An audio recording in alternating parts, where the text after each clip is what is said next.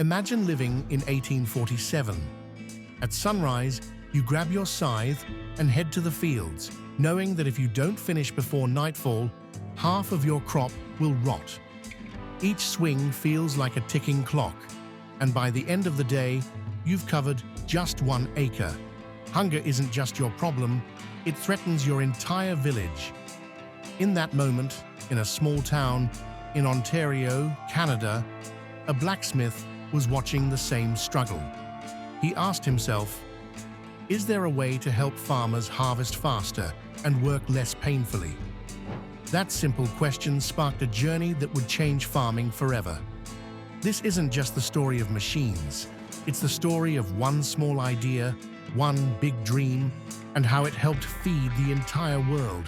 Perhaps even your own family has felt its impact. The story begins in Newcastle, Ontario, where Daniel Massey opened a small foundry in 1847. Picture him standing by the forge, sweat dripping as he hammered out the very first plows for local farmers. They were simple but sturdy, making the back-breaking work of turning soil just a bit easier. At the same time, in Beamsville, another blacksmith, Alanson Harris, was building hay rakes. Neither man knew that their small shops would ignite a revolution in agriculture. Most farmers at the time didn't trust machines. They had spent generations working the land by hand, passing down tools and techniques from father to son. But 1852 changed everything. Massey began producing the Ketchum mower, Canada's first mechanical mowing machine. One horse pulling this mower could outwork 20 men with scythes. If you were a farmer back then, you'd probably stop in your tracks, amazed to see an entire field neatly cut in a single afternoon. Demand grew so quickly that Massey's foundry had to run at full capacity. Although Daniel Massey passed away in 1856 at the age of 58, he left behind a remarkable foundation. His son, Hart Massey, took over at just 33, ready to lead the company into a new era. He quickly expanded the product line with the Woods mower in 1861 and the Woods self-rake reaper in 1863.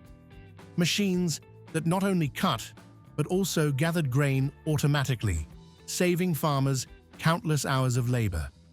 Then disaster struck. In 1864, the Massey factory went up in flames. In a single night, years of hard work seemed to be reduced to ashes. If you were a worker back then, you might have thought it was the end. But Hart refused to quit. Within months, he raised the funds, rebuilt the factory, and went even further, moving operations to Toronto. A bold decision that gave the company access to a larger workforce and market. Meanwhile, in Beamsville, John Harris, son of Alanson Harris, was pushing innovation forward. Their reapers and binders became more advanced, and by 1890, the Brantford binder could tie and eject bundles without stopping, giving European farmers a major productivity boost.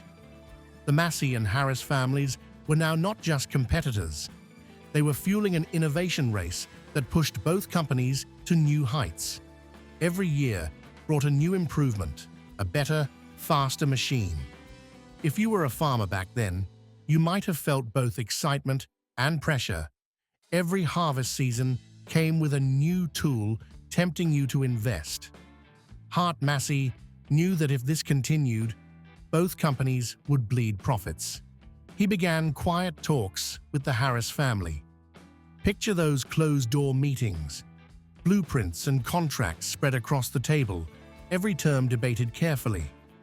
The result came in 1891, a historic agreement that merged the two into Massey Harris, the largest farm equipment maker in the British Empire.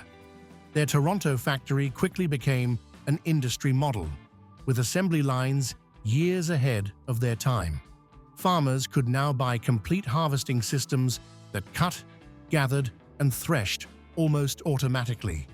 Yields soared, and fields across Canada and Europe echoed with the sound of progress.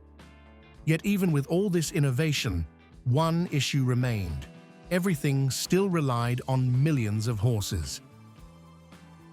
In 1910, Massey Harris acquired Johnston Harvester Company, expanding into the U.S. market and gaining a factory in Batavia, New York. Their ambition was clear: step into the tractor age. But convincing farmers was no easy task. Imagine you're a rancher in Montana back then. 200 draft horses pulling plows before your eyes, while a salesman tries to convince you that a single machine can do it better. Would you believe him? Massey Harris introduced the Parrot tractor in 1918, powered by a Buda 4-cylinder engine producing 25 horsepower at 1,000 RPM. Weighing 5,400 pounds, it could pull a 3-bottom plow through heavy soil. It was sturdy and reliable, but far from revolutionary. With no PTO and a 4-speed transmission topping out around 4 miles per hour, it was good enough for work, but lacked versatility to win everyone over. Everything changed in 1928, when Massey Harris acquired J.I. Case Plow Works. The Wallace engineers brought with them the U-frame design, a breakthrough that cut weight by 30% while increasing strength. This innovation led to the 1930 Model G P15/22, a tractor that could work in mud, climb hills, and maintain traction where horses faltered. And this was just the beginning of a new era, one where machines would finally replace horsepower altogether. When World War II broke out, Massey Harris's Red machines left the fields to serve the front lines. They built over 2,400 M5 and M24 tanks, using advanced metallurgy and precision manufacturing to produce machines that were reliable, serviceable, and tough enough for battle. Picture agricultural engineers now wearing military uniforms, standing on tank assembly lines. The lessons they learned would later make their tractors and harvesters even more durable. But their boldest move came in 1944, as farm labor shortages reached crisis levels. Millions of hands were overseas, and crops were rotting in the fields. Massey Harris approached the U.S. government with a daring plan: build 500 self-propelled Model 21 combines and form the Harvest Brigade. These machines, with 14-foot headers, 42-inch cylinders, and Chrysler 6-cylinder engines, cut over 1 million acres in a single summer, saving 333,000 man-hours. A single operator could harvest 35 acres a day, nearly 4 times what towed combines managed. Imagine the shock and relief farmers felt, watching entire fields cleared in days instead of weeks. After the war, demand for combines surged. In Australia, the Model 21 reshaped wheat harvesting, while New Zealand farmers added counterweights and reinforced axles to handle steep terrain, modifications Massey Harris later built into production models. In 1925, during a test run, Ferguson's prototype tractor flipped backward when the plow snagged, nearly killing him. That close call drove him to perfect a safer system. His solution was the 3-point hitch, a triangular linkage that attached implements directly to the tractor frame. With automatic hydraulic draft control, adjusting for soil resistance, operators no longer had to wrestle with levers to lift or lower equipment.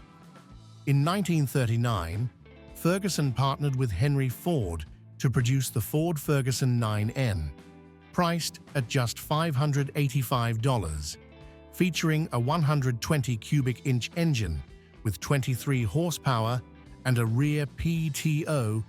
It sold over 300,000 units and opened up affordable mechanization for small farms. Post-war, Ferguson needed more production capacity, while Massey Harris needed cutting-edge technology to compete with International Harvester and John Deere.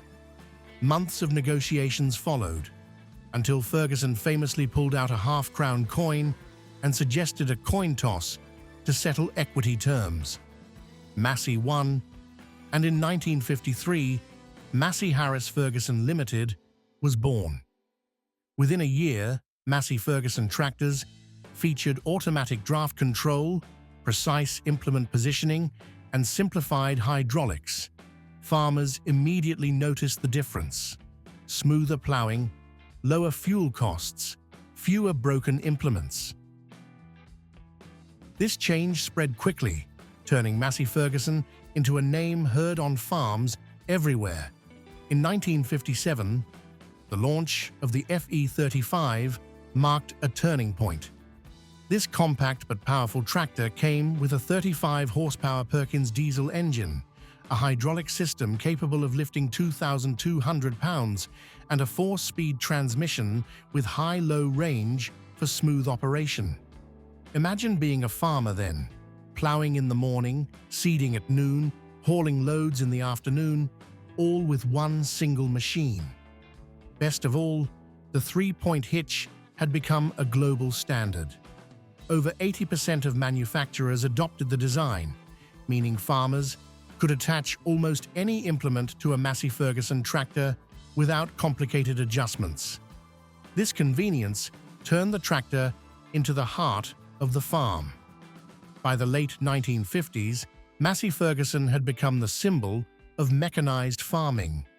The red machines were seen from Canada to India, and Ferguson's 3-point hitch had become the global standard. But the company wasn't stopping there. It was looking for the next big leap in power and efficiency. In 1959, when Massey Ferguson acquired Perkins engines, a decision that changed the game.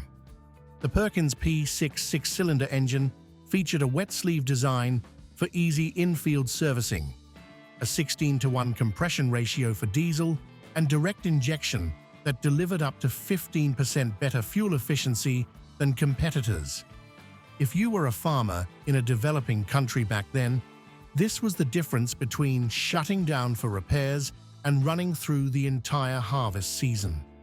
Compared to International Harvester or John Deere engines, the P6 excelled in durability and multi-fuel capability. It could run on kerosene or low-grade diesel, crucial where fuel quality was inconsistent. Some P6-powered models ran up to 10,000 hours before needing an overhaul, nearly double the lifespan of competing engines. This foundation led to the launch of the MF 100 series in 1964. Models like the MF 135, MF 165, MF 175, and MF 180 shared common transmissions, hydraulics, and controls, simplifying maintenance and parts replacement.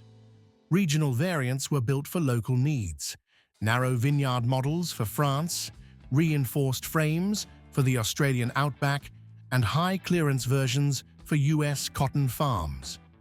The MF 135 quickly became a legend, selling over 500,000 units in just 6 years, making it the best-selling tractor in history. But every golden age eventually faces its trial. Entering the 1970s, Massey Ferguson was hit by an unprecedented economic storm. Interest rates soared, peaking at a staggering 21.5%. If you were a farmer then, taking out a loan for new equipment was almost impossible. Hundreds of tractors and combines sat sun-bleached on dealer lots, unsold. In 1978, the company reported a $262 million loss, the largest in Canadian corporate history at the time. It felt like a death knell to many Brantford factory workers as they watched 800 unfinished machines sitting outside, their red paint fading in the weather. Each one was a family's livelihood, one worker recalled. Debt ballooned to $2 billion by 1980, nearly half of it short-term, with crushing quarterly interest payments. New chairman Conrad Black launched brutal cost-cutting, closing 15 factories and halving the global workforce. In Coventry, workers accepted 4-day weeks just to keep their jobs. Engineers even removed small features like rubber floor mats to save costs. Yet even in crisis, Massey Ferguson engineers kept fighting. In 1982, they introduced the MF2000 series with an 18-speed transmission and 2,800 psi hydraulics, outperforming John Deere and Case rivals. It was a glimmer of hope, but creditors wanted more, and the ultimate restructuring would come by the mid-1980s. Massey Ferguson had reorganized as Varity Corporation, spinning off its farm equipment business to avoid collapse. But by the decade's end, it was clear the brand needed a stronger lifeline. Few were interested until a small US company called AGCO saw opportunity in the ashes. In 1994, AGCO acquired Massey Ferguson for $328 million. Overnight, AGCO's revenue nearly doubled, from $614 million to $1.4 billion. Thanks to Massey's global dealer network of over 4,000 locations and fiercely loyal customer base. If you were a farmer then, seeing the Massey Ferguson name revived felt like welcoming back an old friend. AGCO shut down inefficient plants, consolidated production, and focused on core models with loyal followings.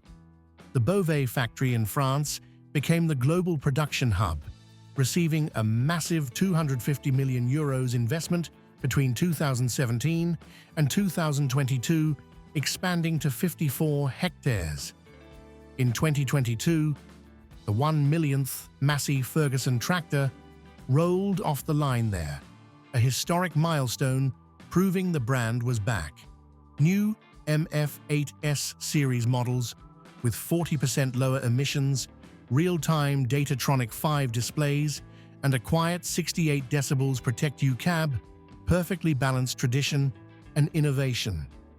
Massey Ferguson didn't just survive, it reclaimed its place as a top choice for farmers worldwide.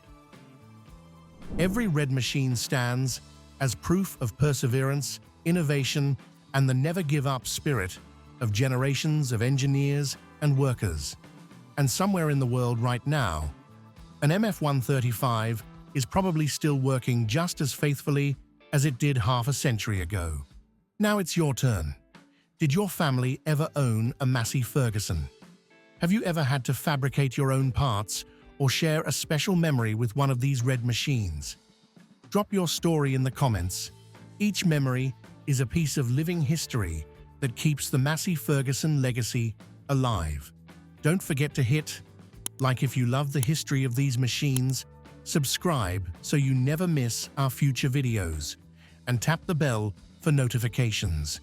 Help us share the story of the company that fed the world with more people everywhere.